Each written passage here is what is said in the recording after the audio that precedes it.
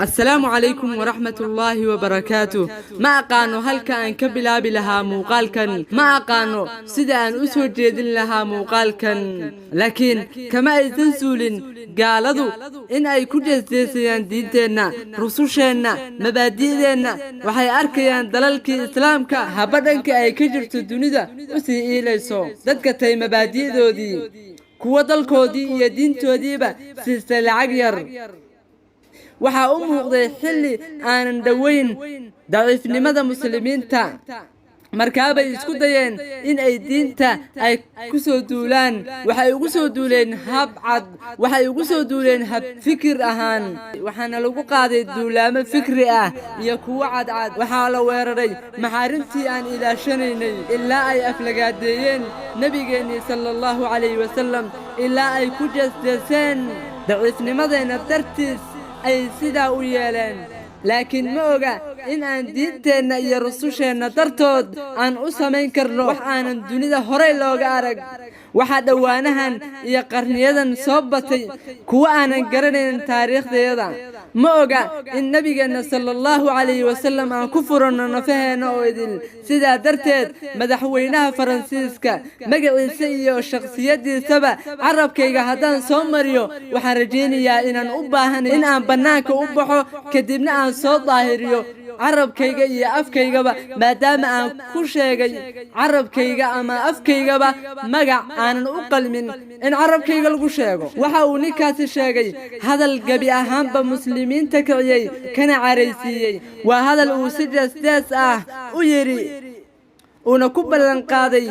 in uu sii wadi doonaan taageeridda iyo sawirada ay ku sawirayaan nabigeena naxariis iyo nabadgelyo korkiisa ha ahaatee kaalay aan kuu sheego hadalka rabbigay ballanqaadka uu u fidiyey nabigeena sallallahu calayhi wasallam alle wuxuu leeyahay innaa kafaynaaka almustahzi'iin annaga ayaa kaaga filan nebi allow cid kasta oo kugu jeesjeesta kuwa dhibaya rasuulka alle waxa ay leeyihiin cadaab xanuujiya adduunkana waxaa loo soo dedejiyaa ciqaab waa la dilayaa oo dunidan inay joogaan xaq uma laha laakiin sawirada ay sameeyeen iyo gafafka ay u gafeen xaqiiqatan nabigeenna ma ahan cidda ay sidaas yeeleen maxaa yeelay ma sawiri karaan nabigeenna maxaa yeelay ma sawiri karaan nabigeenna mana cayn karaan nabigeenna alle subxaanahu wa tacaala baa ilaaliyey dhimashadiisii iyo dhimashadiisii ka horba waxaa oo dhanna alle ayaa kaga filan waxa uu yidhi xasaan ibnu thaabit شاعركي يا قبياقي النبي صلى الله عليه وسلم وضم الإله اسم النبي إلى اسمه إذ قال في الخمس المؤذن أشهد وشق له من اسمه ليجله فذو العرش محمود وهذا محمد لكن وحن ليهي قال ذا إذ أفكي ناياتكم إذا مسلمين تؤدا وحا هل مركعي دون الإسلام كؤدا يدن هل مدحوين أوسن كهلن آنن كاهين إمام مسلمين أهنا مدحوينياشا إسلامك ومدحوينها تركيا أردوغان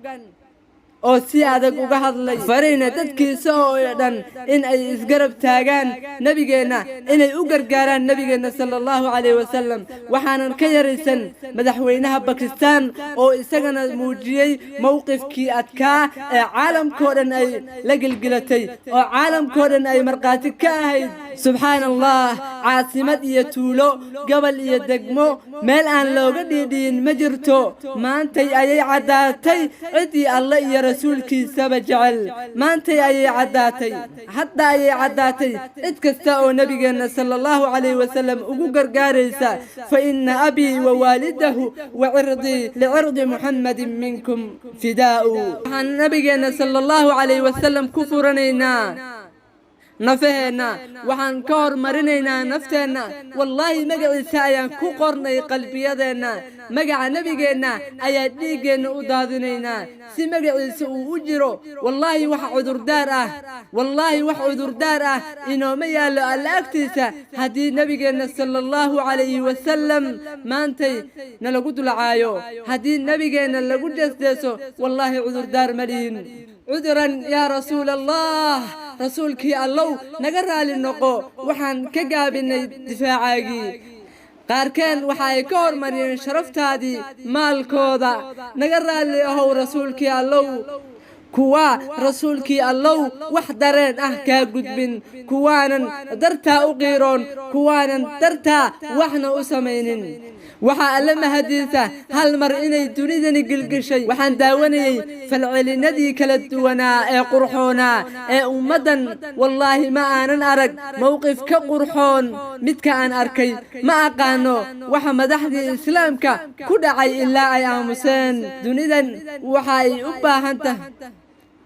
dunidan waxay u onqabtaa oo ay u baahan tahay rag nafahoodii siiyey diintooda iyo dalkooda waxay dunidan u qabtaa raggii dunidan ka muujiyey wacdaro sida libaaxii saxaraha liibiya cumar al-mukhtaar madaxweynihii hore ee masar maxamed al-mursi sayid maxamed cabdulla xasan halgamaagii dalkayga axmed gurey dhammaan raggii dunida ku qoray magacyadooda darbiyada dhaadheer ee dunida